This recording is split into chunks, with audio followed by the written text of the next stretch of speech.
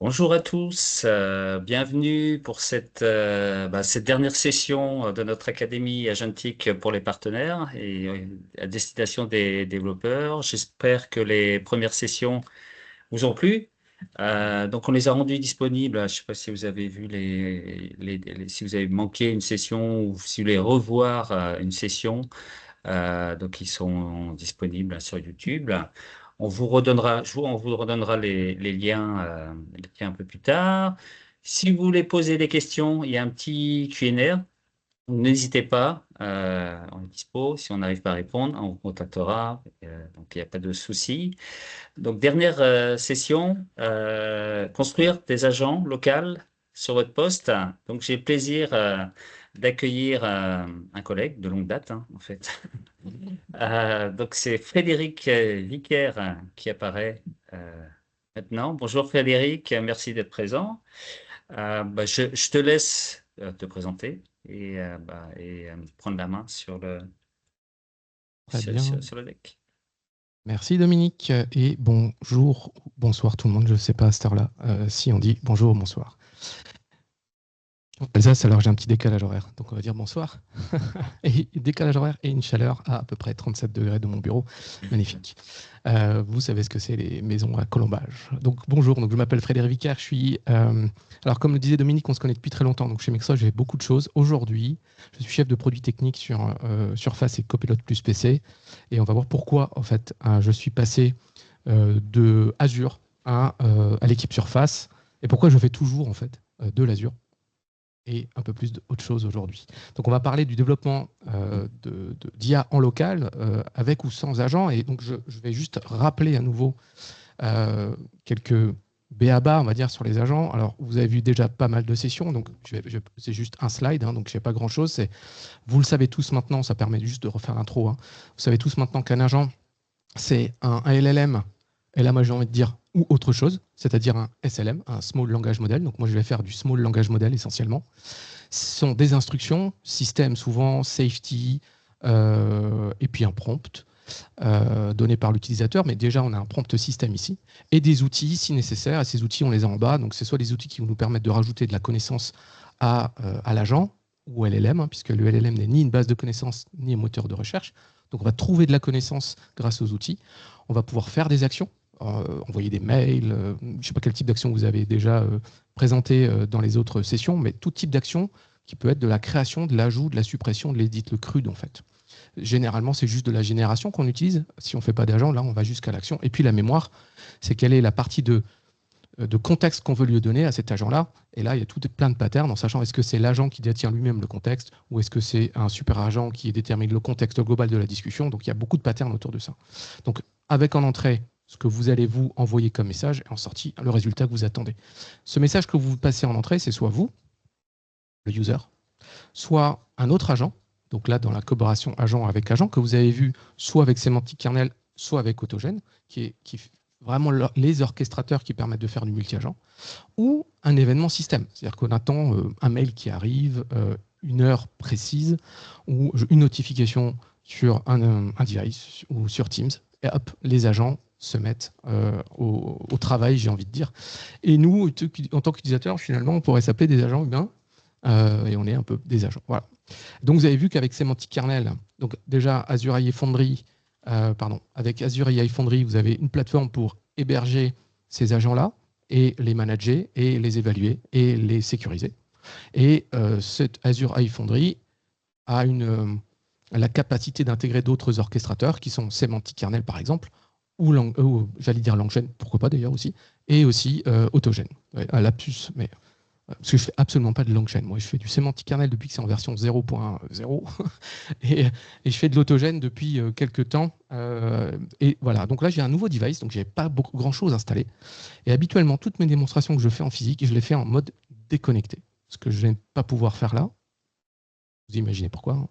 Hein. Donc, je vais faire des démos qui marchent en local, faudra me croire. Et j'ai une vidéo, en revanche, d'une démonstration complète. Et dans la vidéo, du coup, vous verrez que je peux me déconnecter en réel. Donc, je travaille côté Surface. Sur Surface, c'est les devices. Et notre stratégie, c'est de dire sur les devices, les PC, si vous voulez, ou les tablettes, ce ne sont plus une commodité, mais une stratégie. Et une stratégie, pourquoi? Parce que l'intelligence artificielle est une stratégie dans l'entreprise. Et les devices aujourd'hui permettent un nouveau scénario qu'on n'avait pas forcément avant, c'est d'utiliser de l'IA en local et de l'IA dans le cloud, ce qu'on peut nous on appelle de l'IA hybride. Donc attention dans le vocabulaire de temps en temps. Nous, quand on dit, côté device, côté surface, quand on dit IA hybride, on pense à local plus cloud. Et souvent, quand on entend hybride AI, on peut aussi penser à du multi-LLM ou du multi-cloud. Donc, juste attention sur le vocabulaire. Donc, dans ma bouche, hybride AI, c'est local plus cloud. Donc, comment c'est possible? Alors, c'est pas nouveau. On fait de l'IA en local depuis, évidemment, depuis longtemps. J'ai un laptop de gamer sur lequel je fais de l'IA depuis des années, sur des modèles d'inférence qui ne sont pas très gourmands, sur des entraînements de données qui n'est pas un gros volume de données. Mais depuis qu'on a l'IA générative, les LLM ou maintenant aussi les SLM, la manière d'utiliser l'IA en local est un peu différente parce qu'on n'a jamais vu de modèle aussi gourmand finalement que les SLM ou les LLM. Alors on va parler juste de SLM en local. C'est pour ça que l'industrie, on a travaillé avec Qualcomm, on a travaillé avec Intel, on a travaillé avec AMD pour créer des nouveaux processeurs ou rajouter sur les chipsets existants une nouvelle puce qui est dédiée au process de l'intelligence artificielle, au process des réseaux de neurones. Donc vous avez, comme d'habitude, la CPU, qui est pas faite au début pour traiter de l'inférence. Alors on peut l'utiliser pour de l'entraînement, et la GPU aussi, mais c'est pas fait pour de l'inférence. Ça fonctionne, et vous verrez, vous faites des démos, il y a plein de modèles où ça fonctionne. Alors je vais juste couper le son de l'autre PC, parce que j'ai un écho en même temps. Voilà.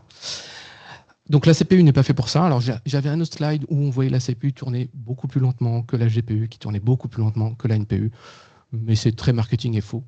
Donc, donc je ne l'ai pas mis. Donc si vous voyez ce slide-là, vous voyez la NPU qui booste plus que la GPU, c'est pas vrai.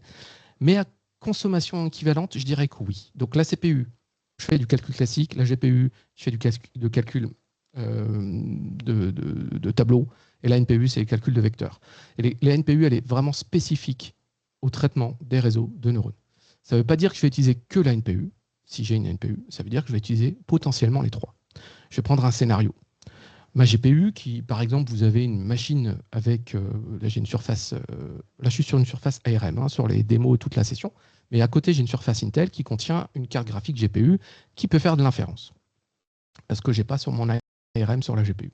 Donc si j'utilise ma GPU côté Intel, elle va aller très très vite, sauf que j'ai intérêt à être branché sur le secteur, parce que je vais avoir le ventilo qui va vite se lancer, parce que ça consomme de l'énergie.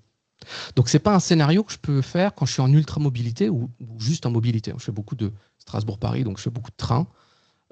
J'ai les PC plutôt laptop ou tablette 2 en 1, et je ne vais pas emmener ma tour avec moi ou mon PC de gamer. Et même si je peux le faire avec ma tablette Intel, si je fais de l'inférence avec ma GPU, je pense que sur le trajet qui dure 1h46, oui, scoop, à Strasbourg-Paris, c'est 1h46, c'est pas 2 heures ou 3 heures. Voilà, donc Strasbourg est plus proche de Paris que Nice. Un petit clin d'œil. Et donc si je fais ça, en 1 heure, je pense, 1h30, j'ai fini la batterie, même si elle est annoncée à 20 heures d'autonomie. Parce que la GPU va faire tourner le ventilo. C'est là qu'on rentre le NPU. Le NPU va me permettre de faire de l'inférence, de l'intelligence artificielle générative, mais pas que. Moi, je parle ici d'IA générative parce que c'est gourmand en termes de performance, de ressources. Donc je vais pouvoir utiliser des NPU sans devoir me connecter ou mettre sur le secteur, et je peux avoir une batterie qui va durer 5, 10, 15, voire 23 heures sur certaines de nos surfaces. Donc c'est ça l'idée. Donc c'est d'utiliser 2 scénarios. Je suis connecté sur le secteur, donc je suis branché, j'ai la pleine puissance, je pourrais utiliser un modèle qui utilise la GPU, parce qu'elle va très vite. Je vais entendre mon PC ventiler, c'est pas grave. Quoique par cette chaleur, je le sens. Et autre côté, je suis plus branché, donc je suis en mode batterie. Donc là, je vais demander à mon modèle d'utiliser la NPU. Donc ça, c'est un des scénarios qu'on voit le plus souvent. Un autre scénario, c'est d'avoir de l'IA générative qui fonctionne, encore une fois, quand on est branché avec la GPU pour aller vite, quand on a un feedback user, vous avez un chat tout simplement, donc on veut une réponse rapide. Et puis pourquoi pas la NPU qui va tourner en background, en plus de la GPU. Donc c'est plus l'un ou l'autre, c'est l'un et l'autre. Donc je peux avoir un modèle sur ma CPU, un modèle sur ma GPU et un modèle sur ma NPU. Et on va reparler de ce principe-là. Et donc, avec ces Copilot plus PC, c'est comme ça qu'on les a baptisés. Donc, si vous voulez acheter une machine qui contient un Neural Process Unit, vous pouvez, il y en a plein sur le marché. Donc ça s'appelle Copilot plus PC, c'est le branding qu'on a mis, qui contient des NPU qui ont un minimum de performance. Alors on les évalue en trillions d'opérations par seconde, en TOPS. Et donc le plus petit, c'est 40 TOPS. Et aujourd'hui, la machine qui a le plus haut, c'est 48. Oui, il n'y a pas de grande différence. Donc on peut passer de, on va dire à peu près 15 tokens par seconde à 20 tokens par seconde sur ce type de NPU. Vous allez voir, est-ce que c'est rapide, pas rapide? C'est juste que c'est très performant versus le nombre de watts utilisés, consommés. Pour illustrer ça, on a sorti dans Windows, parce qu'on travaille fortement avec les équipes Windows, plein d'applications qui vont utiliser cette IA générative. Donc la première application, je ne vais pas toutes les démontrer, mais il y en a plein. Donc il y a des applications qui sont juste dans Windows, on va dire, donc enfin, partie de Windows, comme le moteur de recherche qui devient moteur de recherche sémantique avec du langage naturel. Donc dès que votre Windows indexe les fichiers, c'est plus la CPU qui est utilisée, c'est la NPU. Ça, c'est plutôt agréable parce que, surtout nous, on fait beaucoup de démos, hein, et dans notre passé et encore maintenant, hein, Dominique, à chaque fois qu'on lance une démo qui a un index ou l'antivirus qui se lance, c'est au moment où on a besoin de la CPU, évidemment, on dit croyez-moi, ça rame pas habituellement. Évidemment, pendant l'effet démo, ça fonctionne. Ça rame. Donc là, la NPU est sollicitée par l'indexeur, juste pour le coup, pendant mes démos, j'espère que l'indexeur ne va pas se lancer. Et le moteur de recherche qui est derrière, donc le search, il est aussi utilisé par la NPU en langage naturel, et il est capable d'aller rechercher dans du texte et dans des images. Pourquoi? Parce qu'on va indexer le texte et les images. On a un modèle de vision qui est capable de comprendre ce qu'il y a dans les images, ce qui nous permet de créer une application comme Recall, que je vais essayer de vous démontrer, et plein d'autres applications. Alors, par exemple, ici, si je partage mon écran, ici, vous avez sur mon Windows un Studio Effect. Vous voyez ici, voilà. Et si je l'ouvre, on va avoir une autre caméra, coucou. Je peux mettre du blur, voilà, jusque-là, du standard blur, hein. Je peux mettre des filtres. Moi, je ne le fais pas trop parce que je parais vraiment trop jeune avec les filtres. Ou de l'eye contact en mode téléprompteur. C'est-à-dire que si je me tourne vers le device et que je lis, normalement, mes yeux, s'ils sont assez ouverts et assez proches, gardent. On a l'impression qu'ils sont sur la caméra. Ça existe avec NVIDIA Broadcast. Mais il me faut une carte NVIDIA. Moi, si j'utilise ma carte, je n'ai pas de carte NVIDIA. J'ai une petite GPU. Par contre, je vais utiliser ma NPU qu'on voit ici. Donc, on voit ma CPU. GPU. C'est normal qu'il bouge, hein, je suis en streaming, hein, c'est normal. Et ma NPU, vous avez vu qu'il y a eu une activité, c'était la partie eye contact et filtre de, comment ça s'appelle? Le zoom, pas le zoom, le flou, voilà, le bokeh. Vous allez me dire, oui, ça existe dans Teams. Eh bien, si j'utilise le mien dans Surface, je n'ai pas besoin d'utiliser celui de Teams, et donc je ne sollicite pas trop Teams, ni la RAM, ni la bande passante. Et je délègue ça à ma tablette ou à mon laptop. C'est ça l'intérêt. Et Studio Effect est disponible sous forme d'API. Donc, si vous créez une application avec une caméra, vous allez pouvoir utiliser tous les effets que je viens de vous montrer là. Plus un autre effet que j'adore. Alors, je n'ai pas besoin de le faire chez moi parce que je crois que vous voyez, j'ai un équipement qui est plutôt correct. Je ne sais pas si vous m'entendez bien, hein, mais qui est plutôt correct. À part que je n'ai pas de filtre pour le... Voilà. Je peux mettre le Voice Focus ici. Alors, ça ne va rien faire sur ce micro-là. C'est le micro de ma tablette, de mon laptop ici Surface, pour faire un focus. C'est-à-dire que si je suis dans un aéroport, dans un train, sur l'Aïtour à Porte-Maillot ou ailleurs, vous vous mettez au bar, vous parlez et les gens n'entendent que vous. Donc on fait un focus et l'IA elle va isoler en fait la voix. D'ailleurs, je pense que si je regarde ici, on voit le petit pic, hein, c'est parce que je n'utilise pas vraiment le micro. Je crois qu'il est désactivé de l'autre côté, mais je n'utilise pas du tout le micro de la Surface là, puisque j'ai le mien. Donc ça, c'est un autre exemple qui est intéressant. Donc, soit c'est des applications qui sont dans Windows, soit ce sont des applications qui vont alléger d'autres applications. Donc là, on va améliorer un peu, si vous voulez, la bande passante ou de Teams, hein, puisque ça sera fait par Teams. Et puis, on a Live Caption qui fait partie de Windows, qui vous permet de traduire ce que vous dites dans une autre langue. Alors aujourd'hui, c'est de n'importe quelle langue vers l'anglais, ou beaucoup de langues vers l'anglais plutôt. Et c'est juste du voice to text. Donc moi, je vais parler en français, ça va être sous-titré en anglais. Ça existe évidemment aussi dans Teams, mais ça, vous pouvez le faire aussi en local, sans être dans Teams. Vous pouvez le faire si vous avez des réunions autres que Teams, même s'il y a plein d'autres fonctionnalités dans Teams qui sont topissimes. Et puis après, je vais vous montrer d'autres scénarios. Et en plus de ça, d'autres éditeurs, pas que Microsoft, hein, donc nous, on montre la voix avec nos applications, d'autres éditeurs nous ont rejoints dans cette aventure-là. Donc vous avez ici un échantillon des tout premiers éditeurs qui ont intégré de l'intelligence artificielle avec la NPU. Donc je vais en citer quelques-uns. donc, ou surtout les gros marchés. Donc, vous voyez qu'il y a pas mal d'éditeurs d'antivirus ou de détecteurs de type fake. Donc, ça soit McAfee, Windows Defender ou je ne sais pas si j'en avais pas vu un autre. CrowdStrike, bon, je ne sais pas s'il faut le citer, mais donc, ça veut dire qu'aujourd'hui, je peux avoir Cyberlink aussi, je peux avoir des applications sécurité qui vont utiliser de l'IA sans pénaliser les performances de ma machine parce qu'ils vont utiliser la NPU. Pareil pour Audacity, si vous voulez isoler le son, pareil pour DaVinci Resolve, une partie de l'audio, essentiellement une partie de l'audio dans la DaVinci Resolve 20 utilise la NPU s'il y a une NPU, sinon ça utilise évidemment votre GPU. Donc DaVinci Resolve fonctionne sur x86 ou sur ARM, donc vous pouvez utiliser les deux.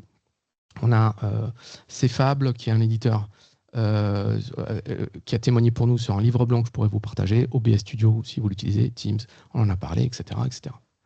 Et il y en a plein d'autres qui vont arriver. Et donc, nous, on croit vraiment à l'IA hybride, donc de l'IA dans le cloud. Donc, vous avez vu, c'est les 3 autres sessions, plus à l'introduction, hein, donc les agents et les frameworks qui permettent de les créer. On a le hardware de l'autre côté, donc full local. Et puis, l'hybride, c'est la possibilité de passer d'un monde à l'autre de façon transparente. Alors, transparente techniquement, puisqu'on veut toujours faire en sorte que l'utilisateur sache où il va. Donc, transparente techniquement, c'est que je peux avoir un speech to text ou un text to speech qui fonctionne en local, parce que je ne suis pas connecté.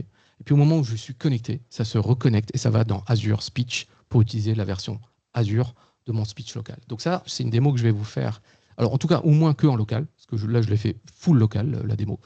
Mais je peux le faire avec d'autres agents. Je peux avoir un agent en local qui fait ce qu'il a à faire quand il est offline. Et puis quand c'est connecté, on passe sur un agent dans le cloud. Donc ça, c'est une démo que je vais faire à la fin, sous forme de vidéo. Et le code source sera bientôt, après cet été, on va dire, disponible, parce que je prends un peu de vacances. Et tout ça, c'est faisable grâce à 2 composants. D'abord, Onyx, qui est notre framework d'inférence, en fait, et d'optimisation de machine learning, de modèles, et d'Azure Execution Provider, qui ne porte pas trop son nom, qui permet justement de passer du local au cloud, ou plutôt d'un modèle à l'autre, avec certaines règles qui sont à vous de définir. Je suis connecté, je ne suis pas connecté. Là, c'est je sais pas, par exemple, une demande de l'utilisateur qui est trop complexe, donc je passe dans le cloud. Si elle est simple, je peux passer en local, puisque évidemment, les modèles en local sont moins... ils résonnent moins en fait qu'un modèle dans le cloud. On n'attiendra pas un Azure OpenAI GPT 4.1 en local, hein, même si on a des super modèles, on arrive à avoir des trucs qui ressemblent plutôt à du 3.5 en local, ou du Llama ou autre chose. Alors tout ça, on l'a bundleisé dans un nom qui s'appelle Windows AI Foundry. Donc Windows AI Foundry, c'est l'ensemble d'éléments, parce que vous verrez qu'il y a plusieurs trucs qui me permettent d'utiliser de l'IA en local, avec soit mon propre modèle, soit des modèles qui viennent de Hugging Face ou de notre catalogue ou d'ailleurs. C'est-à-dire que des modèles que vous avez trouvés sur Olama et que vous avez mis localement, par exemple, ou ailleurs, hein, les modèles que vous avez créés, soit des modèles qui sont fournis avec Windows. Ça, c'est une grande nouveauté. On fournit des modèles dans Windows. Donc, je vais vous montrer globalement les deux. Donc, Foundry local, qui est le Azure AI Foundry, mais local, c'est-à-dire un catalogue de modèles filtrés en fonction des capacités de votre machine. Un service qui me permet d'héberger ces modèles-là avec la même chose que si c'était OpenAI ou Azure OpenAI, c'est-à-dire une URL HTTP, pas de clé, parce que c'est en local, et vous utilisez Autogène ou Semantic Kernel ou un autre framework, vous avez juste à changer l'URL. C'est ce que je vous montrerai dans les démos. Et puis Windows AI Foundry, Windows AI API. Donc on va voir les modèles Foundry local et le catalogue, et on verra ensuite les modèles qui sont inclus dans Windows. Alors je vais faire les deux. Je viens avec mon propre modèle, on va voir ce que ça implique, donc les avantages et les inconvénients. Et puis je vais venir avec les modèles qui sont inclus dans Windows, on va voir les avantages et les inconvénients. Tous ces modèles qui sont fournis dans Windows AI Foundry peuvent tourner en fonction de leur optimisation, soit sur la GPU, soit sur la NPU, soit sur la CPU, soit les deux. J'ai des modèles qui peuvent tourner sur les deux. Alors évidemment pas en même temps, mais c'est vous qui allez choisir quel modèle vous voulez charger sur quel chipset. En fait. Des fois, je n'ai pas le choix. J'ai pas de NPU pour certains modèles, ou j'ai pas de GPU pour certains modèles, ou parce que j'ai une device qui n'a pas la carte graphique qui va bien, etc.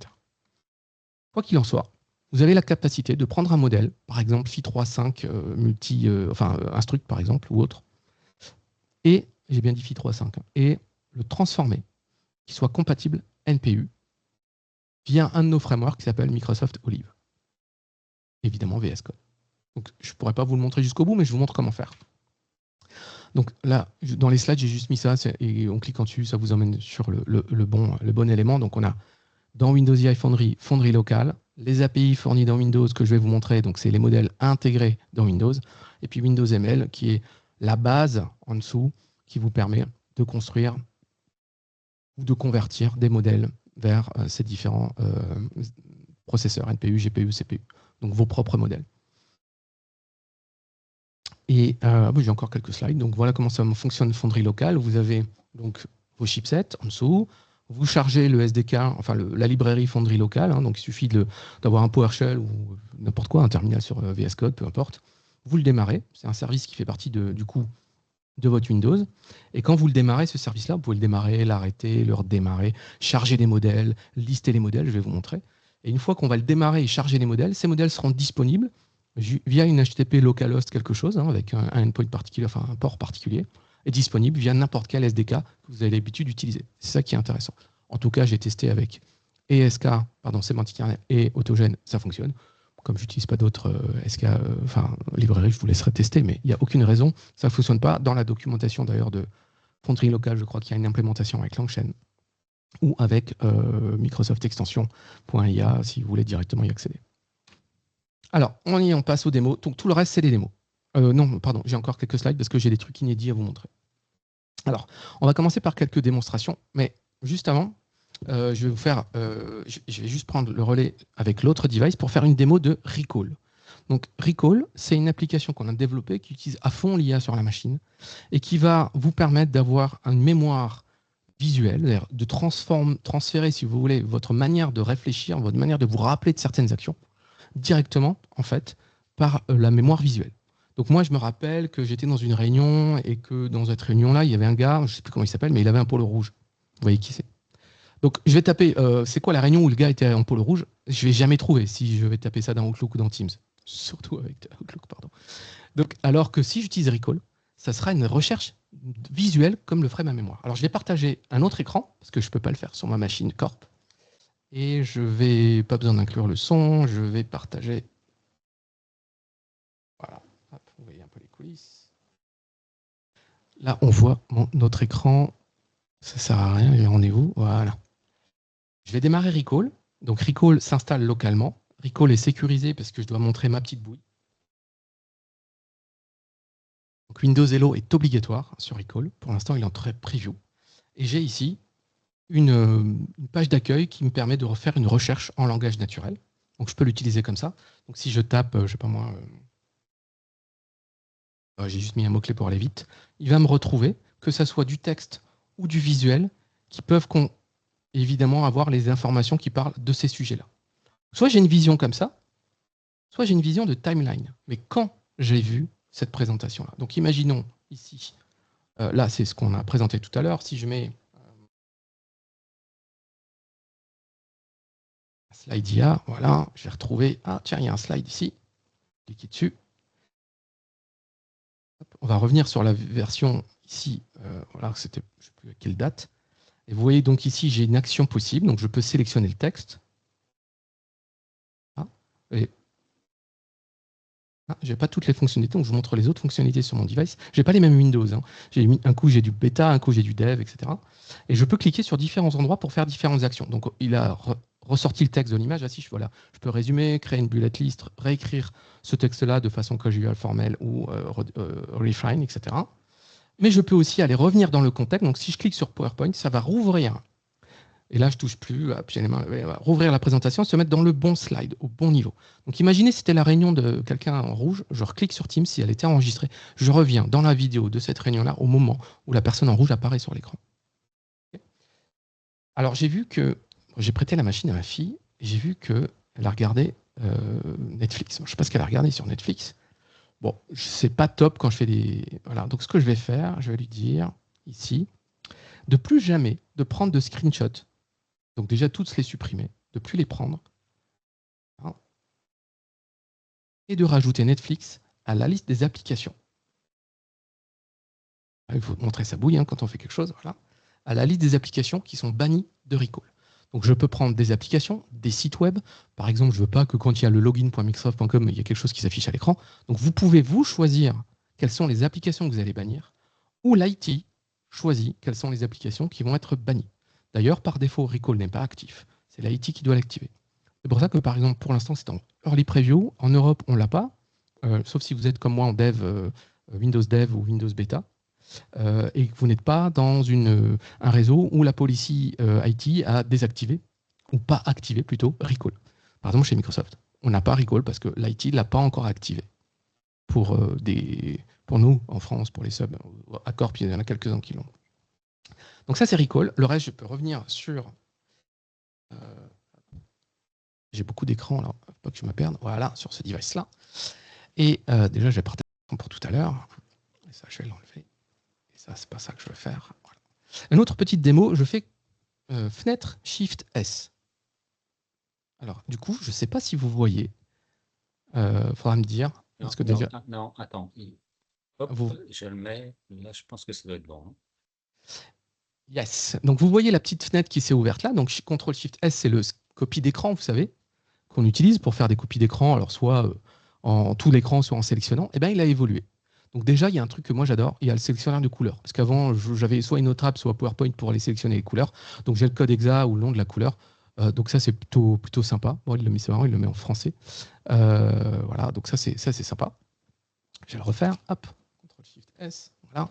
J'ai également la possibilité maintenant d'enregistrer des vidéos, de capturer des vidéos. Donc quand je fais capture, je sélectionne la zone de mon écran dans laquelle la vidéo va être capturée. Donc ça permet aussi de pas de prendre juste une app ou juste un écran complet, mais juste une portion de mon écran. Donc ça, j'aime bien.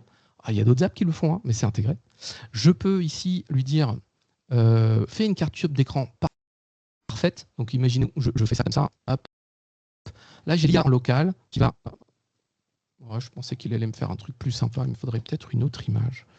Si je vais sur... Là. Et oui, j'utilise Bing comme moteur de recherche, vous avez vu. Alors, on va le faire là-dessus. On va dire que je suis vraiment un boulet, que je ne sais pas faire des copies d'écran. Hop, voilà, il a recadré automatiquement sur l'image parce qu'il se dit, c'est peut-être juste l'image que tu voulais. Et je peux faire capturer. Donc là, c'est une IA en local qui fait ça. Donc elle recalibre ça. Qu'est-ce que je peux faire d'autre? Je peux lui dire, extrais-moi le texte. Donc je vais sélectionner l'endroit. Donc là, c'est que du texte, donc ça va. Et ça, il m'extrait le texte. Je peux copier et coller ailleurs. Voilà, c'est des petits tips que moi j'aime bien. Et puis le dernier truc, c'est d'activer Click to Do. Et Click to Do, c'est une autre application qui est intégrée. Donc, vous avez vu tout à l'heure dans Recall, qui me permet aussi de transformer n'importe quel texte dans une image en texte sélectionnable, de prendre une image et d'avoir d'autres actions qui vont arriver au fur et à mesure. Là, je pourrais l'éditer dans Photo, utiliser l'IA ensuite pour recalibrer les images, etc. Ou faire une recherche. Donc là, si je tape NPU, il va me rechercher dans l'image, même si ça c'était du texte, hein, on va dire que c'était une image, le texte qui apparaît dans l'image. Donc voilà, je ne sais pas si vous saviez ça, les captures d'écran. Donc ça utilise à fond l'IA. Et puis, c'est pas mal déjà sur les applications existantes. Je fais souvent des démos de Paint aussi. Ça fait rire, mais je vous conseille d'aller voir vraiment ce qu'on peut faire avec Paint. Bon, maintenant que j'ai fait le teasing, je vais vous montrer. Voilà, donc, bon, alors, comme dit, c'est une nouvelle machine, donc je vais utiliser Co-Creator pour créer une image. Donc, je vais lui dire que je vais faire un lion dans la savane. Voilà. Et là, je vais commencer à dessiner. Donc, je vais le faire avec la souris. Attention, je dessine un lion et je vous jure que je suis un grand dessinateur, donc personne ne rigole. Là, je dessine avec une souris. Donc voilà, mon lion. Attendez, c'est pas fini, hein. Voilà, les yeux du lion, des petites moustaches. Ok, le corps ici, de côté, voilà. Voilà, et comme je vous ai dit, je suis un grand dessinateur. Donc voilà, j'ai fait mon lion, ici. Donc, je peux cliquer dessus, et il fait partie de mon dessin. Voilà, et ça c'est fait en local. Avec donc une IA en local qui utilise la NPU. La seule chose, il faut quand même le faire de façon... Alors ça, c'est le gros produit qui a choisi. Il faut quand même être connecté parce que votre prompt va partir dans Azure Content Safety pour des raisons de sécurité. Ok. Voilà. Donc, bon, Paint, et puis il a d'autres fonctionnalités. Si vous voyez dans Copilot ici, Donc, création d'images. Donc là, on va utiliser cette fois-ci GPT-4.1 Image Generation. On va créer des autocollants, la gomme générative. Donc, si vous voulez gommer de façon très intelligente et recréer ce qu'il pourrait y avoir derrière. Sélectionner un objet de façon aussi. Voilà, il a sélectionné l'objet automatiquement. L'objet, le lion ici. Donc ça, c'est des petits trucs qui sont pratiques. Je sais que ça existe dans d'autres outils, mais là, c'est carrément dans Paint. Et je rappelle aussi que dans Notepad, il y a Copilot de cette même manière. Donc maintenant, on va passer au code. Alors, pour le code, on va partir d'une application que vous pouvez tous télécharger, qui est dans le store, qui s'appelle AI Dev Gallery. Donc AI Dev Gallery a pour vocation de démontrer qu'est-ce qu'on peut faire en IA local, donc sur le device, que vous ayez la NPU ou pas, donc CPU, GPU ou NPU. Donc les premiers trucs qu'on va voir, c'est des exemples. Donc il y en a plein. Donc générer du texte, faire un résumé, du chat avec ou sémantique kernel, de la traduction, blablabla, on travaille sur du texte. Donc derrière, il y a beaucoup de prompts. Okay. On va revenir sur certains exemples. Des smart past, par exemple, ici, je peux copier. Donc je vais prendre ça, je vais le copier, voilà, je vais faire coller. Et en fait, l'IA en local, elle va dire, OK, bah, je te prends ton texte là, je vais le coller, mais comme j'ai un formulaire, je vais te coller exactement les informations au bon endroit. Bon, le développeur, je crois qu'il a juste oublié le champ City, donc normalement, il n'y aura rien dans City. Bon, voilà. Ah, donc, OK, bon, champ name, pardon. Donc voilà, pour le reste, il a bien trouvé. Donc, un copier-coller intelligent. Et voilà, je trouve ça rigolo. On peut générer du code. Donc, je veux du code en C#, on tape. Et vous voyez ici que je peux utiliser un modèle. Donc, par exemple, avant, je n'avais pas le choix hein, quand je faisais copier-coller. Ici, je peux choisir un modèle. Donc là, vous voyez un modèle Mistral. Mais je peux choisir un autre modèle, par exemple, ici, un modèle qui fait partie de Windows. Et je peux lui demander d'écrire du code. Donc, call API. Je ne sais pas si, avec mon super prompt, il va faire quelque chose. Donc là, ce qui se... Ah bah si, ok. Voilà, donc vous voyez que c'est moins rapide qu'un mini, qu'un nano ou qu'une autre IA. Mais si je regarde ma NPU, ici, on la voit bosser. Ma CPU et la GPU, elle bosse là parce que je suis dans Teams, encore une fois que je partage mon écran. Donc c'est la NPU qui bosse. Donc si je n'ai pas de bouton stop, bah, il a fini. Voilà. Donc, hop, et on a un autre petit bout de code qui est vraiment pas méchant. Évidemment, ça ne remplacera pas un GitHub Copilot, mais c'est l'idée. Plein d'exemples sur, pour l'image, générer des images, décrire des images. Donc ça ne veut pas dire que ça fonctionne forcément qu'en local. Ça, c'est en fonction du modèle que vous allez choisir. Ici, pour générer une image, si je veux le faire en local, évidemment, je ne vais pas utiliser DALI ou GPT-4 Image 4.1, je vais utiliser, par exemple, Step Diffusion. Donc, je vais télécharger le modèle qui prend 5 Go et utiliser sur ma CPU ou ma GPU, Step Diffusion, etc. OK, donc, il y a plein d'exemples. Elle est vraiment top. Les modèles, donc là, il y a des exemples de modèles. Hein, ce n'est pas les seuls modèles qu'on met à disposition. Ça, ce sont des exemples, donc Whisper, par exemple. Et vous pouvez alors, c'est peut-être pas ici. En tout cas, vous pouvez télécharger vos propres modèles. Alors, ici, Manage Model. Ça, c'est les modèles que j'ai. Pardon, c'est les modèles qui seraient en local. Je les ai virés volontairement pour la démo. Donc ça, c'est les exemples. Donc par exemple, si je veux générer du texte, je vais choisir ici de le faire avec Fonderie locale. Ah tiens, Fonderie locale. Donc là, je vais pouvoir dire, plutôt que de charger sur mon disque, mettre sur, je sais pas moi, ces modèles, un dossier qui contient FI4 mini CPU là, de 4 Go, je peux le faire. Mais dans ce cas-là, il faut ensuite que j'ai une librairie pour le lire. On en a une hein, qui s'appelle Onyx Genial, je crois, qui est Early Preview quand même. Donc ça permet de charger ce modèle-là et de l'utiliser. Le problème, c'est que je ne suis plus dans le même modèle qu'OpenAI. C'est-à-dire que si j'utilise Semantic Kernel, les outputs du modèle d'OpenAI ont une certaine structure. Le JSON qui est retourné a une certaine structure. Si j'utilise Onyx, je ne suis pas sûr que chaque modèle ait la même structure. C'est là que Foundry Local intervient. C'est qu'on va mettre à disposition le service Foundry Local, qu'on a à disposition directement dans cette application, si on le souhaite. Et sur le endpoint ici, localhost 5273, j'ai chargé ces modèles-là. Par exemple, si je prends celui-ci, voilà, et je vais lui dire recette de choucroute. Évidemment, choucroute, voilà. Je génère. Donc là, le temps qu'il charge le modèle une fois, je pense. OK. Et là, si je regarde, ce n'est pas la NPU qui bosse, si on revient ici, c'est ma CPU qui a fait un bond. La NPU, elle est à 0. C'est un modèle spécifique CPU okay, qui fait son boulot. Donc là, bon, le développeur, il a limité en nombre de tokens, hein, donc c'est pour ça que ça s'arrête. Mais donc si je fais du chat ici, en fonction du modèle que je vais choisir, ça va tourner sur ma CPU ou ma GPU, et ainsi de suite. Donc si je continue sur Foundry local, je prends un PowerShell. PowerShell, voilà. Pour vous montrer comment ça fonctionne. Donc là, je peux faire Foundry. Là, si je fais juste Foundry comme ça pour vous montrer, je pense que voilà. Donc évidemment, ça ne suffit pas. Donc il me dit voilà, tu peux faire help, on va faire point d'interrogation. Voilà. Donc je peux faire quoi? Je peux utiliser la commande modèle, cache service. Donc si je fais ensuite modèle, par exemple, voilà, qu'est-ce que je peux faire avec modèle, etc., etc. Donc je peux les lister. Voilà. Hop, et là j'ai les modèles qui sont sur mon device. Et donc je vois les modèles. Donc j'ai des modèles comme Phi4 qui tournera sur ma CPU. Il n'a pas été optimisé pour ma NPU ici, qui fait quand même 10 Go. C'est-à-dire 10 Go sur le disque, il y a de fortes chances qu'il fasse autant en RAM. Et autant de fois que vous avez d'applications qui le chargent.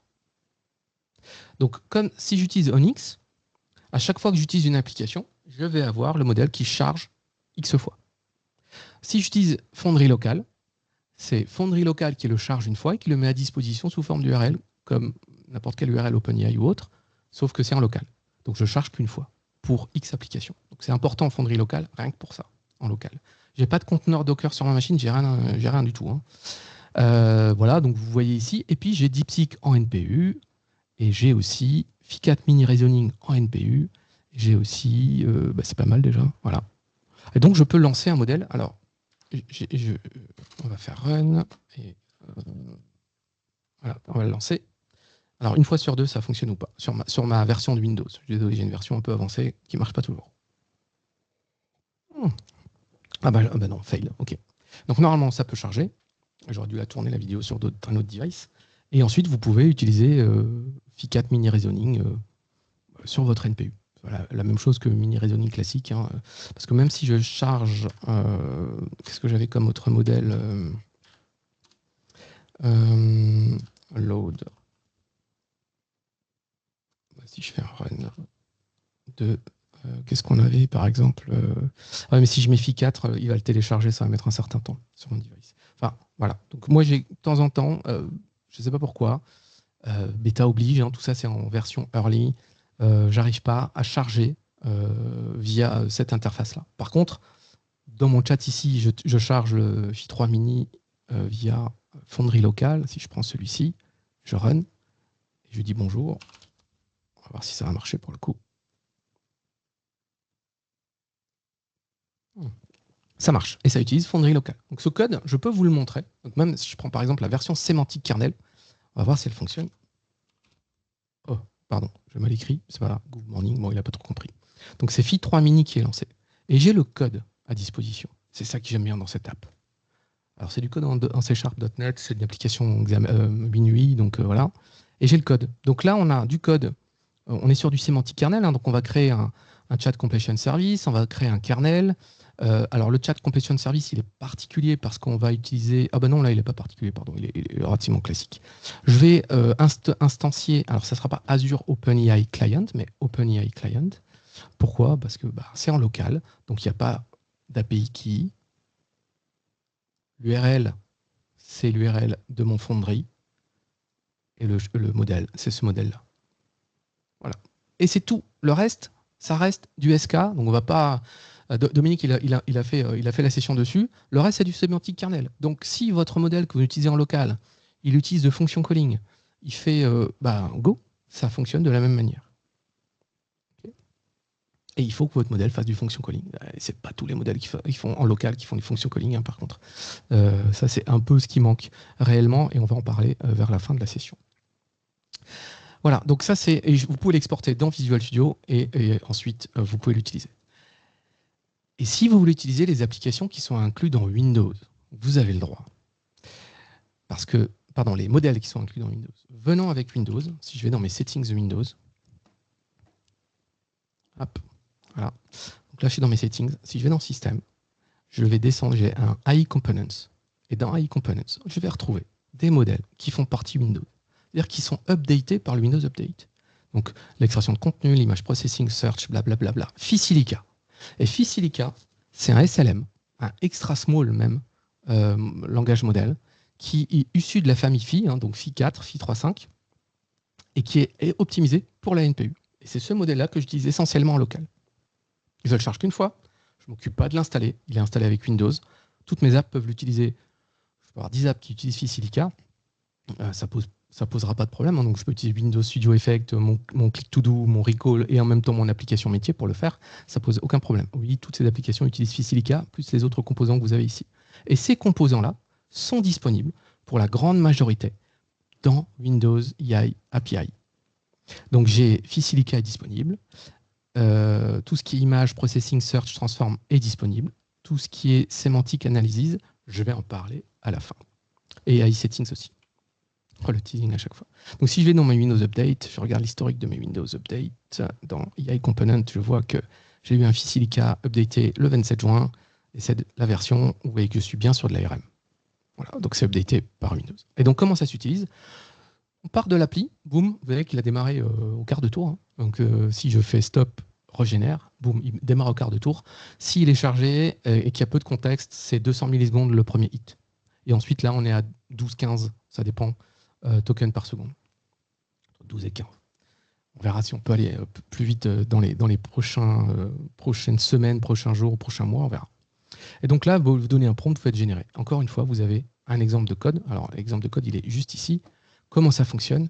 La première chose à faire, c'est de vérifier si le langage modèle, donc Facilica, pour l'instant c'est Facilica en tout cas, est dispo. C'est-à-dire est-ce qu'il est installé sur la machine ou pas. Donc le get ready state, s'il n'est pas dispo, on a cette procédure-là qui dit assure-toi qu'il est dispo. Donc un Windows Update se lance. Et on attend ici que Facilica soit disponible. Une fois que c'est fait, on crée l'instance. Donc c'est comme si on crée un kernel, si vous voulez, dans Semantic Kernel. Hein. Donc on crée l'instance, on donne le prompt et on génère une réponse de façon synchrone, streaming ou pas. On a le choix. Voilà.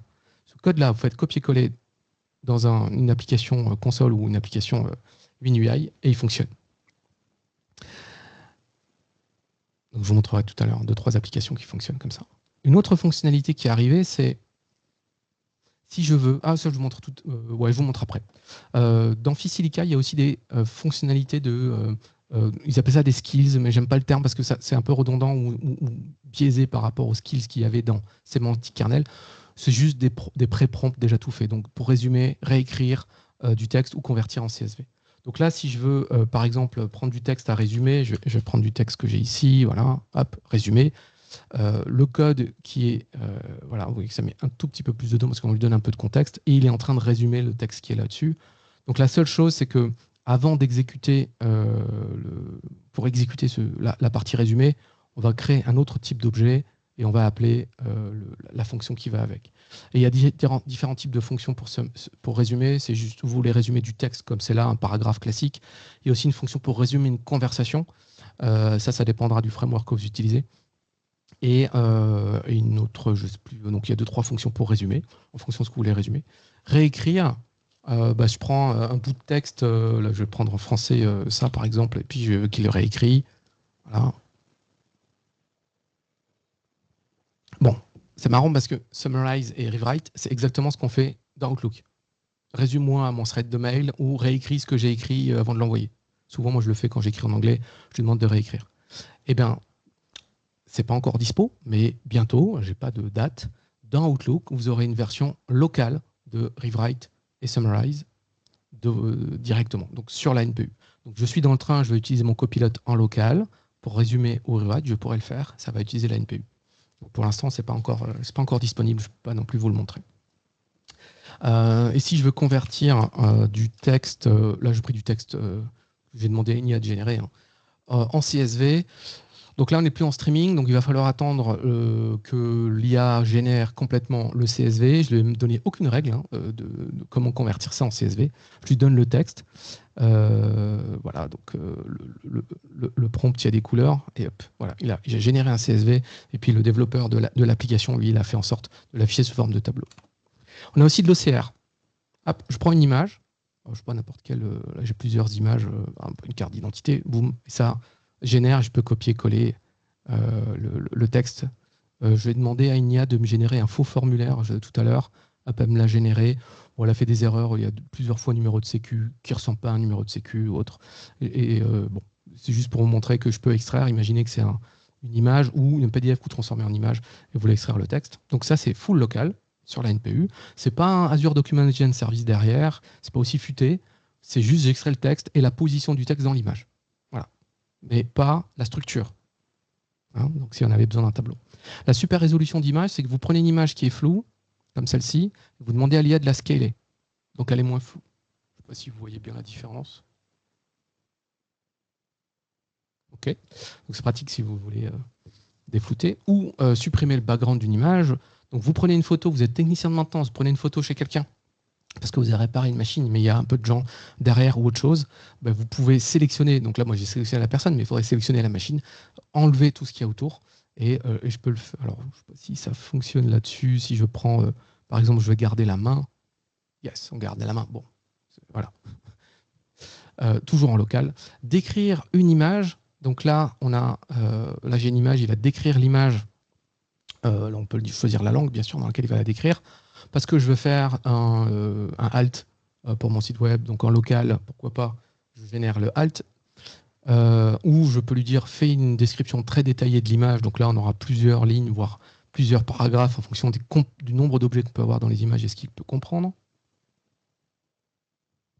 Donc je vous rappelle que c'est toujours en local, c'est-à-dire que je ne consomme pas de token. Hein. Ou, alors j'ai arrêté ça, je vais lui prendre une autre image, là j'ai un graphe, Office chart, voilà, et puis je vais lui demander de me dire ce qu'il y a sur le graphe. Ok, donc là on a différentes informations que vous pouvez lire. Et après vous pouvez aussi supprimer les objets dans les images. Donc si vous avez besoin de supprimer un objet, alors là sur cette image là c'est pas dingue, mais voilà, on prend un objet, ça le supprime et puis ça va remplacer le fond qui est derrière. C'est plus sympa quand il y a vraiment un fond. Vous avez un bateau sur un lac, vous voulez enlever le bateau, puis il recompose les vaguelettes qui sont derrière. Donc ça peut fonctionner en local. Ça ne marche pas aussi bien que un Vision, par exemple, qui est dans le cloud. Mais encore une fois, tout ça fonctionne en local. Et pour le faire, vous avez toujours les exemples de code ici, à chaque fois, et c'est à disposition. Donc je vais vous montrer. Là, je dois avoir un ou deux codes pour le faire. Par exemple, ici, le semantic kernel. Donc, le semantic kernel, alors celui-ci, j'ai utilisé avec... c'est l'application que vous avez vue tout à l'heure, hein, donc je peux la démarrer d'ailleurs. Je crois que... Alors, je ne sais plus si j'utilise... Non, si j'utilise Ficilica derrière. Ouais, c'est ça. Donc, je vais vous montrer. Voilà, donc si je dis bonjour... Hop, j'ai mis un petit point à l'arrêt. Donc, on est sur du semantic kernel, on a le chat completion service, un get streaming, on prend l'historique du chat. Donc, dans l'historique, là, il n'y a pas grand-chose. Hein. Évidemment, il n'y a que le prompt système et bonjour, et puis j'envoie. Voilà. Okay. Puis ça écrit, bon, il n'y a rien de particulier, je ne vais pas aller plus loin dans la démo. Par contre, pour semantic kernel, il n'y a pas d'implémentation pour Ficilica. Donc, vous êtes obligé de l'implémenter. Donc, c'est fait dans les démos, vous pouvez l'utiliser. Donc, il y a une classe qui s'appelle Ficilica Client qui hérite de chat client du semantic kernel et ou de Microsoft.extension. Et c'est cette classe-là qui a été surchargée en fait pour pouvoir faire Ficilica. Et pour faire du Ficilica, si je vais dans les fonctions ici, getResponse, ça fonctionne ici de cette... alors attendez, hop. Go to implementation. Voilà. Voilà. Donc je charge le modèle Ficilica, qui est là. Je génère une réponse, et là, je peux lui donner le contexte. Dans le contexte, vous lui donnez le prompt system, qui est déjà envoyé ici. Vous pouvez lui donner les règles de content safety, parce que dans Ficilica est intégré un content safety. Vous pouvez lui dire, je veux que tu laisses passer tout ce qui est violent, par exemple, parce que vous êtes un jeu vidéo ou autre. Donc laisse passer, ou vous bloquez à fond. Donc vous pouvez jauger comme ça le content safety. C'est pour ça que si vous faites des tests, en fonction de vos prompts, vous pouvez avoir des réponses qui ne montent pas, il dit juste rien ou il crache l'application s'il n'y a pas de try catch parce que ça génère le content safety est claqué okay, en local. Vous pouvez aussi lui donner la température, si vous voulez le mettre à 0 ou à 1 par exemple, comme on le fait sur les LLM, vous pouvez le faire sur le contexte. Pardon, sur les options, pas le contexte. Donc le contexte c'est que le prompt system, les options c'est le content safety et la température par exemple. Et le prompt, bah, c'est votre prompt, hein, tout bêtement. Et après, on va récupérer, donc on a ici cette fonction qui permet de dire fais-le en streaming. Donc pour chaque itération, tu me récupères la valeur, donc le texte qui dit bonjour, comment je suis un assistant pour vous aider, hein, voilà. Et on le rajoute, je sais pas, c'est une zone de texte, une liste déroulante, vous l'envoyez un text to speech, enfin vous faites ce que vous voulez après, derrière. Okay, donc c'est vraiment ça, c'est pas plus compliqué. Tout le reste, c'est du bruit pour l'interface, hein, c'est juste ça. Vous voyez ici qu'on peut avoir, est-ce que c'est bloqué par les policies, est-ce que le prompt qui est bloqué, est-ce que c'est l'output qui est bloqué, est-ce qu'on on a dépassé le nombre de tokens sur ce fichier Silica qui est limité à 2048 pour l'instant. Donc voilà, donc il y a tout pour le faire. Voilà, c'est pas plus compliqué. Donc je vous montre 3 applications que j'ai développées autour de ça. Donc la première, c'est, je vais démarrer par PI Detector. Là, je me suis dit, tiens, imaginons que je suis dans un salon, je prends des photos, ou j'ai un client qui commence à saisir de l'information dans des champs texte. Je veux vérifier s'il n'y a pas des données personnelles. Donc là, je le fais sur une image pour vous montrer ça. Donc je vais prendre, évidemment, une carte d'identité. Donc j'ai fait l'OCR derrière sur l'image, et ensuite j'envoie le contenu de cet OCR-là à mon fils Silica pour lui dire, est-ce qu'il y a des données personnelles, directes ou indirectes. Donc le prompt, c'est réparti en données sensibles directes, en données sensibles indirectes. Voilà, donc là, on voit effectivement qu'il y a des données sensibles directes, indirectes. Je n'ai pas mis d'exemple, donc ce sera à moi de donner des exemples de ce que c'est une information sensible directe ou indirecte. Ça ne remplace pas un modèle qui, je ne sais plus comment il s'appelle, Presario, je crois, le modèle local qui tourne, qui fait du PI Detector, mais ça le complète. Donc si vous pouvez utiliser API Detector et ça, et le fil Silica en local, avec des règles, des prompts particuliers, vous pouvez le faire. Donc là, si je prends le formulaire de tout à l'heure, hein,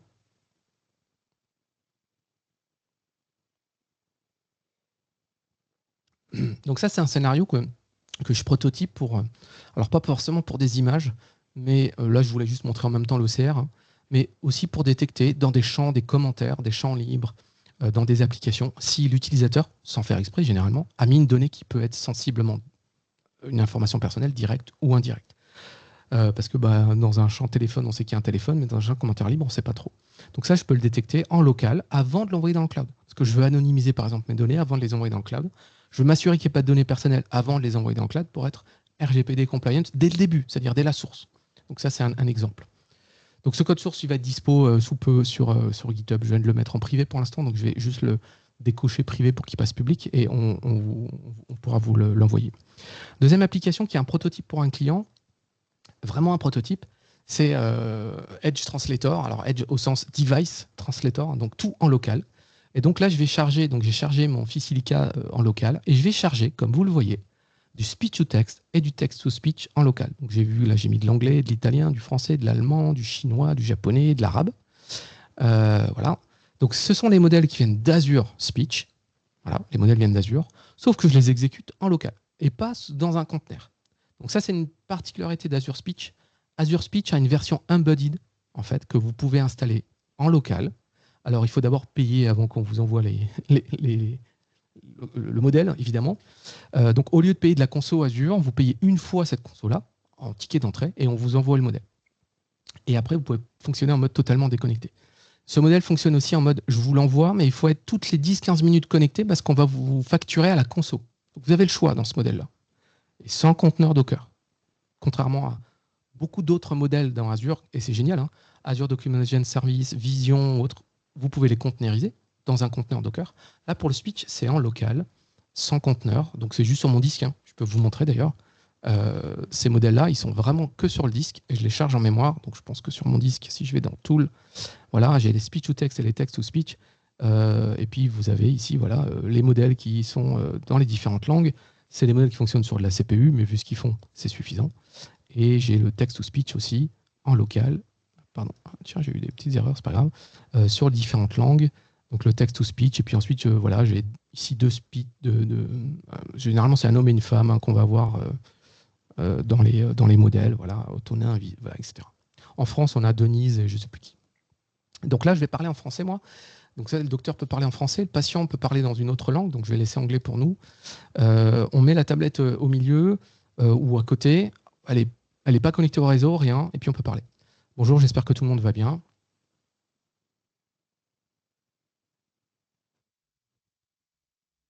Voilà, et ça fait une espèce de traduction voice to voice.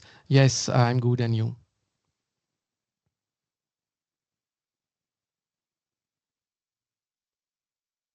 Voilà. Je ne sais pas si vous entendez d'ailleurs le retour voice Non, quand elle parle. Non? non, Ah, non. je ne sais plus si j'avais partagé du coup le son. Pardon. Bon, tant pis. En tout cas, elle parle, elle le dit aussi. Et à la fin, je peux demander à mon fils Ilika de prendre toute la conversation et de la résumer. Donc, comme on est orienté docteur-patient, voilà, il me fait un résumé qui est spécifique. Bon, je ne vais pas demander de le faire forcément en français, qui est spécifique à un docteur et un patient. Donc, il est dans ce contexte-là. Donc, quand il demande ça, c'est vraiment très orienté. Donc, je lui ai donné ce contenu. Donc, ça, c'est le fils Ilika. Et puis, la dernière démonstration ici, et puis ensuite, on passe à des choses qui ne sont pas encore sorties. Je vais la faire en accéléré. C'est une vidéo, donc je vais la faire assez vite. C'est de l'IA hybride. Donc ici, l'idée, c'est je vais choisir le persona, donc par exemple le technicien de maintenance, et avant de faire ma tournée de réparation, je vais synchroniser les informations qui viennent du cloud. Donc là, j'ai un agent dans Azure IA Foundry qui va aller prendre les rendez-vous que j'ai dans la journée et qui va les catégoriser s'ils sont pro ou perso. J'ai une règle d'entreprise qui dit tous les déjeuners sont perso. Donc l'IA, elle prend cette règle d'entreprise. Elle regarde aussi dans les trucs s'il y a case à cocher perso ou pas. Et elle me donne les rendez-vous perso ou pro. Donc j'en ai que 2 des pros. Ensuite, je demande à cet agent dans le cloud d'aller chercher dans ma CRM toutes les infos de ce client-là, ce qu'il a acheté, quand est-ce qu'il a consulté le customer service, la documentation des produits, parce que là, je dois réparer une machine café, un distributeur, et la doc technique, donc la base de connaissances. Et je la garde en local. Okay, donc en fait, j'en fais juste par exemple des fichiers JSON en local. Pourquoi pas? Bon, j'ai demandé à mon IA dans le cloud de résumer tout ça pour que ce ne soit pas trop lourd sur le device. Je me mets en mode déconnecté dans cette démonstration-là. Et vous voyez que l'interface s'adapte en fonction de si je suis connecté, pas connecté. Donc ensuite, j'ai mon coach, qui est mon agent en local, qui utilise Facilica, donc ce que vous avez vu ici, avec le contexte, customer client, le résumé, la doc produit, la doc technique. Et je vais pouvoir lui poser des questions en local. Donc là, vous remarquerez que le truc est en anglais. Par contre, je peux lui poser les questions comme je veux, donc n'importe quelle langue au final. Enfin, n'importe, je n'ai pas testé toutes les langues, hein, donc là en français par exemple. Donc peux-tu me faire un résumé des infos clients? Et il fait un résumé avec le bon contexte, donc le bon client. Parce que là, j'ai choisi le client à gauche. Dans une prochaine version, il n'y aura plus le choix du client. Il va me dire quel client et je vais aller faire une recherche en langage naturel pour aller chercher le client, faire du RAG. Ensuite, si je lui dis je veux changer la pompe, je lui dis pas ce que c'est la pompe. Et donc, comme encore une fois, il y a le bon contexte, on voit ici que c'est bien la pompe C3000P qui fait partie de la doc produit de ma Brewmaster 3000 ici pour avoir le résultat. Donc là, j'utilise ma NPU pour le faire, tout en local, en mode déconnecté. Ensuite, je vais peut-être faire un rapport d'intervention. Donc là, pour mon rapport d'intervention, ce que je vais faire, alors bon, vous l'entendrez peut-être pas, mais j'ai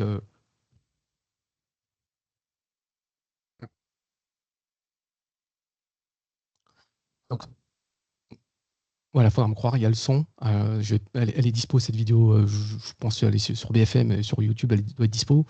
Donc j'ai dicté tout ça, et ensuite je vais demander à Facilica de prendre ce contenu-là et l'historique que vous avez vu tout à l'heure, et de faire un rapport. Alors la vidéo est accélérée, elle est en x2. Le rapport, je n'ai pas demandé à Facilica de générer un rapport comme ça, je lui ai dit retourne-moi un JSON, okay, et j'ai rempli les trous d'un rapport existant, d'un modèle. Donc, et on va reparler de ce JSON-là. Ensuite, j'ai pris une photo de cette machine à café. Voilà. Donc là, je suis sur ma tablette, je prends une photo, une vraie photo de chez moi, de ma machine à café, éventrée. Je vais entourer, je dis que ça, c'est la prise de courant, ou la prise, ça, c'est la pompe qui a été changée. Et je pourrais utiliser Vision. À l'époque, quand j'ai développé ça, c'était pas à jour, c'était pas top, donc je l'ai utilisé plutôt un agent dans le cloud. Donc je me reconnecte. On va imaginer que j'ai gardé la photo, que je fais l'agent dans le cloud se connecte. Donc là, je l'ai fait manuellement pour la démo. Mais il faut imaginer qu'ensuite, une fois que la connexion est faite, mon agent en local dit hey, il y a un truc à faire. J'ai une liste de tâches, l'envoie à l'agent dans le cloud. Et l'agent dans le cloud fait le boulot, c'est-à-dire fait du Vision avec ici ces images, pardon, c'est GPT 4.1, je crois que j'ai utilisé Mini, pour avoir un truc très très détaillé, donc un retour de l'image très détaillé. Ce qui va me permettre d'indexer cette image-là par du texte, donc retrouver l'image aussi par du texte, et aussi envoyer un rapport quand j'envoie le mail au client, plutôt que de lui envoyer l'image, c'est de lui envoyer uniquement une description de l'image. Une photo a été prise, voilà la description. Si vous voulez l'image, on peut vous l'envoyer. Pour des raisons évidemment d'éviter de surcharger en poids la messagerie. Bon, vu que j'utilise de l'IA, je ne sais pas si c'est pas un peu biaisé ce que je dis, mais pour le RSE, mais voilà. Et donc, je clôt le dossier. Quand je clôt le dossier, ça clôt le dossier dans ma CRM, ça met à jour la base de connaissances. Et là, pour la démo, j'affiche le mail qu'on va envoyer au client. Donc, évidemment, qui est fait par une IA dans le cloud. Donc là, je veux montrer qu'on peut utiliser de l'IA en local. Je ne suis pas connecté, je suis technicien de maintenance, je vais dans la cave, je suis dans les champs, je n'ai pas de 5G, j'ai rien. Je peux utiliser de l'IA locale. Et quand je vais au niveau du réseau, je vais pouvoir utiliser mon agent dans le cloud. Et c'est vraiment ça, vers ça qu'on va aller. Alors, on va aller sur des IA de plus en plus performantes sur le device et pas gourmandes en termes de batterie. Et on va évidemment aller sur du couplage entre ici Azure et Surface. Et donc, les derniers slides, et je sais que je suis à la bourre, c'est des choses qui ne sont pas encore sorties. Donc, une chose que je peux vous démontrer, parce que j'y ai accès depuis cette semaine, donc Semantic Index, Semantic Search. Je vous ai parlé du search dans Windows. Donc ici, j'ai un search qui est particulier, qui est en langage naturel. Et maintenant, ce search est disponible dans Windows AI API. Et donc, j'ai une application qui l'utilise. Alors, elle est un peu fraîche, l'appli. Donc j'ai des fichiers, j'ai du texte, j'ai du texte ou des fichiers texte, des images que je vais indexer et que je vais utiliser. Donc là, par exemple, je vais indexer ça. Voilà. Je ne sais pas si j'ai fait des points d'arrêt ou pas dans le code. Voilà. J'indexe différents items. Je pose une question, c'est donne-moi un fait sur un animal qui aboie.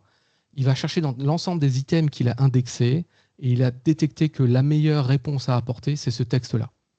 Okay, donc j'ai posé la question en français, le texte est en anglais. Et en plus, vous voyez que même si c'est des erreurs ou autres. Fondamentalement, j'ai mis un animal qui aboie comme ça et pas un truc trop... voilà, bon, il a compris que c'était un chien quand même, c'est bien, parce que j'ai différents éléments. Si je peux indexer des images, donc je peux lui dire, tu vas indexer un certain nombre d'images, donc une image avec un chat, un chien, voilà, différentes images, je pourrais vous montrer les images. Je vais lui poser une question, une image avec des chatons, et il me dit que c'est la 4.jpeg. Bah, on va vérifier d'ailleurs. 4.jpeg. Ok, bon. Est-ce que c'est un chaton Bon, c'est un chat en tout cas. Je ne sais pas si j'ai autre chose. Ah non, ça c'est du texte, pardon. Bon, c'est peut-être en même temps la seule image de chat que j'ai. Oui, c'est possible. Et je peux aussi, je reviens dans mon app, voilà, donc faire différents... Donc le code est assez simple. Si on regarde le code, ouais, je vais faire comme ça, si vous voyez. Alors, je vais juste passer en blanc, si ça ne vous dérange pas. Je vais aller dans Settings. Turn on light. Ah, pardon. Light. OK. Ah, je reviendrai sur cette fonctionnalité. Je pense que ce sera un peu plus lisible pour vous. Donc ici, si je veux indexer du texte simple, donc je prends un dictionnaire ici de texte et je le parcours et je l'indexe. Donc pour l'indexer, j'ai une classe qui me permet de l'indexer. Ici, pardon, voilà. L'indexeur, j'ajoute ou j'update du texte existant et ensuite je fais un search qui est là, query, donc faire un animal sur un animal qui aboie. Je récupère les différents éléments, donc il y a différents paramètres pour dire si je veux combien d'éléments je veux, le rating que vous voulez, la relevant que vous voulez, etc. Et ensuite on affiche les différents éléments. Donc vous voyez, il n'y a pas énormément de code, c'est pour l'instant en private preview. Et j'ai mis du RAG dedans. Donc en théorie, si je reprends mon application qui est là, c'est là, voilà. J'ai du RAG. Donc là, je vais indexer plusieurs fichiers. Voilà. Je vais récupérer un prompt de l'utilisateur. Le user prompt, c'est list all the dog type. Okay. Et je vais faire une recherche. Je vais, ici, on a un prompt système qui est là. Donc, tu vas voilà, prendre toutes ces informations-là dans cette base de connaissances-là pour pouvoir répondre. Et j'envoie la réponse. Et c'est du Fisilica que je vais utiliser. Donc ici, je vais générer la réponse. On peut peut-être continuer. Voilà. Hop. Voilà. Donc le prompt, c'est liste-moi les différents types de chiens. Et ici, on est sur du Fisilica. Donc le Fisilica, je lui passe le contexte qui est le prompt système plus le retour du RAG, les éléments du RAG. La température, je l'ai mis à 0. Et je veux ensuite que je lui donne donc le contexte, mon prompt et les options. Donc là, je crois qu'il n'y a pas mis d'options. Ah ben si, la température, pardon. Et je fais l'affichage. Donc si on fait ça, pardon, voilà, là c'est tout le RAG que j'ai passé. Et il est en train de le charger. Donc vous voyez que ce n'est pas immédiat. Pourquoi? Parce que, je vous l'ai dit, Fisilica, c'est un petit modèle. Donc je vais d'abord vectoriser. C'est ce que fait le framework, vectoriser en fait les différents éléments qui sont dans le prompt système. Donc plus le prompt système, plus ça met un certain temps. Je lui donne tout ça. Et là, il va me lister les différents éléments qui sont dans ces fichiers. Il ne l'invente pas. Okay, donc ça, c'est avec du RAG. Et ça, c'est top parce que localement, je peux utiliser du langage naturel pour indexer mes fichiers. Je fais du RAG. J'utilise un modèle. Donc là, j'utilise Silica, mais si vous pouvez utiliser Phi 3.5, Llama, Mistral en local, vous avez le droit, avec ou non sémantique kernel. Je n'ai pas mis de sémantique kernel pour pouvoir le faire. Et en revanche, vous avez vu que ça met un certain temps pour répondre. Donc ce que vous pouvez faire, si vous avez de la donnée figée, on va dire, la donnée qui ne bouge pas, une doc produit qui bouge très peu, vous pouvez créer, fine-tuner, si vous voulez, votre doc produit. Vous créez en fait donc c'est une prompt réponse. Donc par exemple, chien, ça c'est votre prompt, et puis vous donnez en fait tout ce que vous avez sur les chiens. Ou ma Contoso Bromaster, et je donne la doc produit. Okay, donc je fais comme ça un certain nombre de prompts. Je crée un adaptateur. Donc là, j'ai déjà chargé. Celui-ci, il existe en fait à dispo sur GitHub. Et je vais pouvoir poser des questions. Alors cet adaptateur, il a deux solutions. Le fine-tuning, ici, j'ai deux solutions. Soit je lui donne une base de contenu, donc, et je veux que l'IA s'adapte, donc le SLM s'adapte à ce contenu-là, il soit orienté. Donc on change les paramètres pour qu'il puisse répondre en fonction de la data qui est dans ce fine-tuning. Ou soit c'est une manière de parler. Donc là, c'est une manière de parler. Donc si je génère ici, par exemple, sans l'adaptateur, un prompt. Ah, je vais peut-être prendre un petit prompt, parce que là, ça fait... je ne sais pas si j'avais pas un prompt quelque part, vite fait. Non. Laura, voilà. Alors, on va lui dire... Ok, je peux pas. Donc ça, je vais générer sans l'adapteur. Donc on va avoir une réponse. Donc je lui ai dit, ah oui, parce que je lui ai dit, fais-le sous forme de JSON. Attendez, je vais juste enlever ça. Voilà, donc normalement, la réponse que j'ai sans adaptateur, c'est c'est bien, je suis content, mais ce que je fasse avec ça. Okay, mais avec l'adapteur, je vais avoir un format en JSON, quoi que je fasse. Parce que l'adaptateur, il a été tuné pour que la réponse de mon SLM, de mon Phi Silica ici, soit toujours en JSON avec une certaine structure. Je n'ai pas le choix. Donc, j'avais fait des petits tests pour resimuler en fait ce truc-là. Donc là, avec mon adaptateur, je suis sûr de retrouver toujours la bonne version. Avec l'autre à droite, alors j'ai de la chance, mais ce n'est pas toujours sûr. Par exemple, ici, il y a marqué bug, ici technical support. Peut-être que dans l'adapteur, je n'ai pas les sources de l'adapteur, il y a marqué les types de feedback, ça peut être info, bug, alerte, warning par exemple, et il n'y en a que 4. Et j'ai pas le choix. Alors que là, il va me l'inventer, technical support. Okay. Donc, ça me permet de faire des prompts plus légers, parce que là, si je le refais. Donc, pas besoin de donner de contexte particulier. Donc, vous voyez qu'on a à chaque fois. Et du coup, vous avez un Phi Silica qui va répondre plus vite. Là, c'est l'un après l'autre. C'est pour ça qu'on a une latence, ça n'a rien à voir. Mais vous pouvez orienter ça. Et ce qui est bien, c'est que pour charger un LoRa, vous dites juste, voilà l'adaptateur que tu vas utiliser. Voilà. Et donc, quand vous envoyez le modèle, vous dites, voilà l'adaptateur que j'utilise. Donc, imaginez que dans une application, vous avez 1, 2, 3, 4 adapteurs différents, parce que vous avez 4 scénarios différents, avec le même Phi Silica, que vous chargez qu'une seule fois en mémoire. Vous dites un coup utilisez l'adaptateur 1, un coup utilisez l'adaptateur 2, un coup utilisez l'adaptateur 3. Et tout ça sur la NPU. Et donc ça, ça a été annoncé à Build, je crois. Donc c'est déjà dispo. Vous avez l'exemple de code qui est là. Il y a des exemples pour montrer comment on fait un adaptateur. Donc c'est vraiment assez simple à faire. Et puis pour terminer, même si on est à la bourre, vous avez vu que j'ai mis ici Light et il m'a proposé une action. Et derrière, j'ai un SLM qui est capable, donc un agent, pour le coup c'est vraiment un agent, qui est capable de faire du fonction calling, donc du tools, sauf qu'il a la décence de me dire est-ce que tu veux le faire ou tu veux pas le faire. Il ne le fait pas automatiquement. Pour l'instant, en tout cas, on a choisi de le faire comme ça. C'est nouveau, donc vous avez vu que moi j'ai un moteur de recherche dans mes settings qui est ici. Donc si je lui demande mouse pointer is small, ah mince, pardon, il ne faut pas cliquer sur...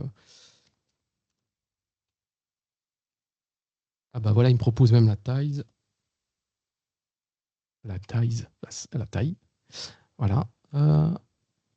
Faut bien écrire, par contre. Voilà. Et là, il me propose de l'augmenter ou pas. OK. Automatiquement. Donc, il est capable de faire une action. C'est pas Phi Silica qui est derrière. Ça utilise bien ma NPU.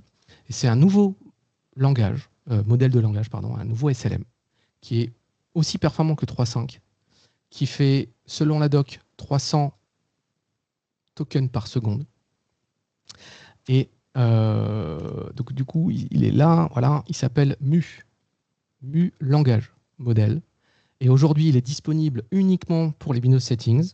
Il sera disponible dans Windows API certainement, et ce qui va vous permettre d'avoir un SLM en local hyper frugal et qui permet de faire du function calling, ce que ne permet pas aujourd'hui Ficilica. Donc je suis obligé de biaiser pour Ficilica. Okay. Donc Mu Langage, qui est sorti, donc, Vivek, il l'a posté le 23 juin, qui n'avait pas été annoncé à la build. Voilà, c'est une petite exclue. Et puis la dernière chose qui a été annoncée à la build, et vous allez avoir tout ce qu'il faut pour faire des agents en local, c'est du MCP on Windows. Et ça, je ne peux pas vous le montrer, je n'y ai pas encore accès. C'est pas encore dispo en private preview. Le semantic search, c'est du private preview, donc il faudra demander l'accès. Donc le MCP en Windows, c'est quoi? Donc vous connaissez tous maintenant MCP, je crois, hein, vous en avez discuté en tout cas je sais dans la session de Dominique. Donc il vous faut un host pour héberger le client, il vous faut une registry pour lister en fait et découvrir les différents MCP qui sont disponibles, et puis un host qui va héberger le serveur, avec un proxy bien sûr. Donc tout ça en l'un dans Windows de manière totalement sécurisée. Ce qui va vous permettre de créer une application et de dire que cette application-là est un serveur MCP. Okay, dans Windows. C'est-à-dire que je peux avoir une IA locale. Alors c'est local à local. Hein. Cherchez pas à avoir un agent dans le cloud qui va aller chercher un MCP sur le, serveur, sur le local, parce que c'est du HTTP localhost. Okay, mais j'ai un agent local qui a besoin d'appeler un tools, l'objectif du MCP, hein, de façon transparente, ou en tout cas sans devoir créer ce tools. Là, vous avez quelques... Alors c'est une copie d'écran, hein, vous avez tout ce qui est action photo, donc vous allez pouvoir enlever un background, resizer l'image, faire de la gomme intelligente, ce que vous voulez, avec photo et paint. Vous avez accès au file system et au subsystem Linux avec du MCP Tools, si vous avez besoin de faire des choses sur ces systèmes-là. Et vous avez la possibilité de créer, on le voit, hein, Contoso, votre propre MCP serveur inscrit dans la registry Windows. Et du coup, n'importe quel agent en local va pouvoir appeler ce MCP serveur en local de manière sécurisée. Okay. Donc il y a toute une liste en termes de sécurité. Pour l'instant, quand on va la mettre à disposition, dans la partie un peu early dev, ça va être assez ouvert, okay, donc pas bridé par défaut en termes de sécurité, mais quand on va le release, on va bien le brider en termes de sécurité, donc pas actif par défaut, il va falloir faire un certain nombre de choses pour que vous puissiez publier le MCP serveur, etc. Et vous pouvez, je ne sais pas si vous savez, donc vous faites des applications Windows, vous pouvez créer des live action, des actions en fait sur vos fichiers. Donc quand vous faites un clic droit sur un fichier, là par exemple ici, vous pouvez avoir des actions spécifiques. Et bien vous allez pouvoir avoir une action ici qui va être en fait une action d'un MCP. Donc ouais, on redonne un peu de vie, je trouve, aux apps Windows, moi personnellement. Donc retenez donc que on aura la possibilité d'avoir des vrais agents. Donc tout ce que je vous ai montré, ça marche avec de la NPU. On aura des agents qui font du function calling et du MCP en local, full local. Vous avez la possibilité de faire de l'hybride en disant un coup je vais utiliser un agent local, un coup je vais utiliser un agent dans le cloud. On a les frameworks qui permettent de le faire. Vous avez vu une démo du speech full local ici. Et puis voilà, j'ai pas de conclusion autre que ça. Il y a beaucoup de choses. Je termine juste sur un truc. J'ai oublié de vous dire. Vous voulez prendre votre modèle. Vous avez votre propre modèle et vous voulez la Mistral par exemple ou autre, le convertir pour qu'il fonctionne sur un NPU. Là, je peux prendre mon Phi3, donc je peux créer un nouveau projet. Je vais choisir le modèle que je veux. Ici, on en a quelques-uns dans le catalogue pour l'instant, hein, que je veux transformer pour la NPU. Donc ouais, il y a du Qwen, il y a du Llama, etc. Je choisis, par exemple, si je suis sur une plateforme Intel, je choisis ça et je run. Ça crée un workflow, ça transforme ce modèle qui fonctionne sur une CPU pour la NPU. Et ensuite, vous pouvez l'utiliser localement. Alors, en dehors de Foundry local et en dehors de Ficilica, mais dans votre application, vous aurez un modèle spécifique NPU. Donc, ce moteur derrière s'appelle Olive, et ça vous permet de convertir un modèle CPU-GPU en NPU quand c'est possible, hein, parce qu'on ne peut pas le faire pour tous les modèles. Voilà, et je peux prendre des questions, mais je suis encore dispo. Merci beaucoup pour... Merci beaucoup, Frédéric, pour cette session. J'espère que vous avez ça va un peu dépister. Je vous ai mis quelques liens dans les théories actualisations. On t'entend pas beaucoup, Dominique, je pense que... Ouais, on t'entend quasi par bout. Ouais. Écoutez, j'ai mis quelques liens sur certaines choses que tu avais tu lui avais parlé. Je vous remercie tous d'avoir participé à la session. Et je vous souhaite une bonne soirée. Merci beaucoup à tous. Merci Fred. Merci à vous et bonne soirée. Merci. Merci.